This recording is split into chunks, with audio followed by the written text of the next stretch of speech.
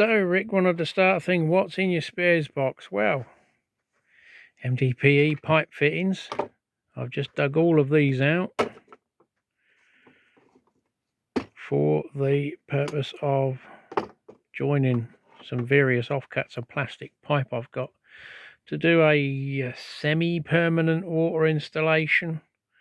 I'm not sort of rushed off my feet with it because I've got plenty of other things to do without adding yet another project to to the list. But these are all my spares boxes. Nothing brewery related there though. Well, some bits you could use, but the whole shed is we've got a keg there. Now I'm going to get rid of this.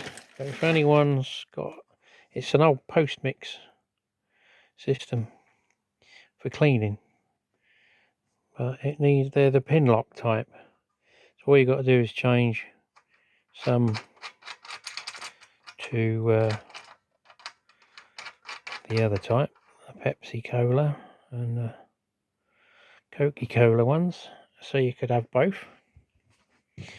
But I was going to convert it to a mini keg, but with all those little bits in it, it's a pain. So spares box. Got that one. I'm back on the game. Trying to remember how all my plumbing went. Now I've got my new toy to add into the equation. So I've been messing about this afternoon, just had everything off, wiped the table down and the hood's getting the dust off and bits and pieces. I've got loads of little tiny flies coming round in here. I can only assume they can pick up the old wine and ciders down there. So I've got the zapper on if you hear something. Sounds like someone's getting an electric shock. Yeah, so they're all there. Too many of them.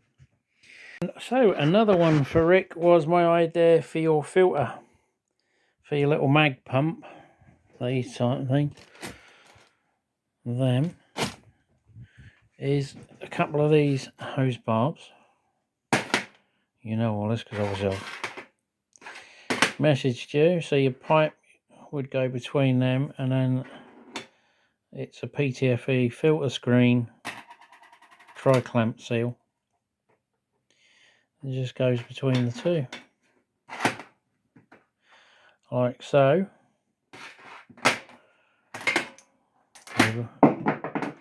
With a clamp, and that's it. Obviously you might need to experiment with the various mesh gauges. I think that's an 80 mesh, so you just put that in your line between your recirc, and if it bungs up you just turn your tap off. Presumably there's a one-way valve or something in the other side. You might need to put a valve in, and if it bungs up you could just literally undo it, rinse it under the tap, clamp it back in position, and away you go again. So yeah, I can't remember. I'm going to have to watch some videos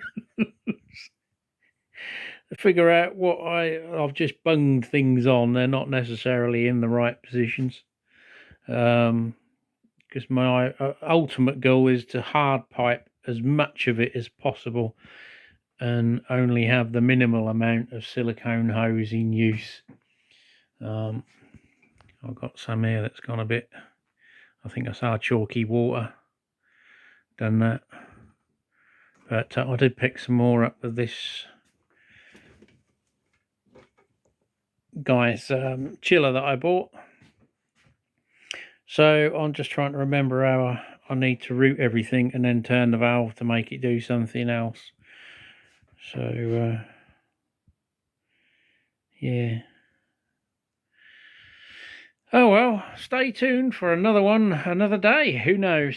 I might be back with it all plumbed up with water running through it, but obviously I've got to sort out water yet, so that I can use the RO system and the collection bucket. And underneath there is the water heater, so the mains water comes in there.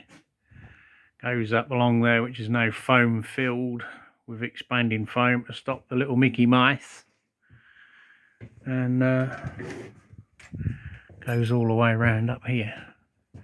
Bit of pipe insulation up there, and there's a tap down here, which is where I put the water up through the shed wall, and then on another stop tap, because obviously it's going to freeze up in the winter, which is why I have a big 2-peter at the back, and that then goes off, well, will do, down to that, and there's another 2-peter underneath there, so that any warm air can keep this bit thawed out, and more importantly that as well, because that's quite expensive if that all cracks.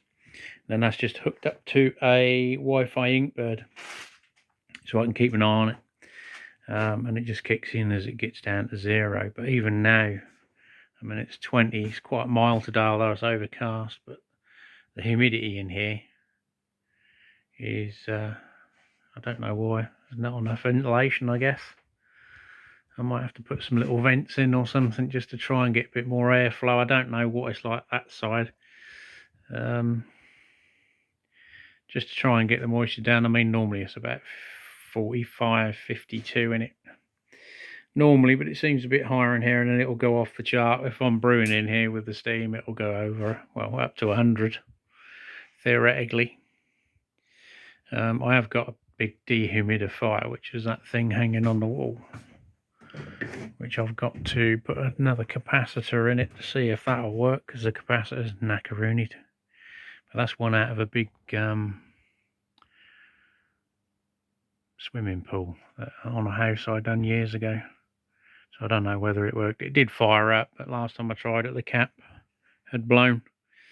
So that's, I mean, it might be worth more for me to sell it than I've got a little portable one. So yeah, I keep thinking about the long-term plans, but of I was integrating this more conveniently, because obviously I've sort of added it as I've thought about it. Like with the mains water coming through there to connect here, it's not ideal. Needs a hose fitting, and then when you turn it off, the dribble goes down on the table. I've come up with a steam condenser. It works better with a tube extension, so obviously the water's got to come across here and drain down. So I've got to extend the pipe, because the bit of pipe I've got ain't long enough. I can't obviously move this over, because if it doesn't work, it defeats the object of the extractor fan. You've got water coming out and water going in right by the control panel, which isn't brilliant, and also it's obviously in the way. I might put an elbow on that and then put the fitting, but obviously I don't want it spraying onto the panel and tripping the electric. So in an ideal world, should I build another brewery, obviously I'll have it built, the kit will be built, and I can build, you know, to suit my needs. So yeah, we'll get there. Keep plugging away. It's a marathon, not a sprint. Well, we've been playing. I've run out of tri-clamps. Even the packet that I had in reserve isn't enough. The only thing I've probably got enough of is gaskets. Yeah, trying to make it all fit, and trying one bit and then another bit and swapping it for something else. It's coming together. I'm scratching my head way through it, even though I've got a diagram that's roughly based on this. I now need 2 more of these T-pieces. Where else I get it in shot, you fool? Because I need one here instead of the valve, and then the valve goes onto it from the pump, and then it will go up to the recirc. So I thought, well, if I get a T-piece there, because obviously I can direct fill from the water in, or it recircs and goes back in there. So I need one for there and the one here as per plan, which goes through the pump and then you either recirc here with the water for the herms, and that can be running while you recirc through from the wort pump to maintain the temperature in there, to maintain the temperature in here. And as it comes out, you monitor the temperature going back through the pump. That yeah, see how confusing it gets, because this isn't the right one, but I'm looking at, because I've already got the kit, having an option on doing it another way, because the plan doesn't allow for underletting. It's top filling.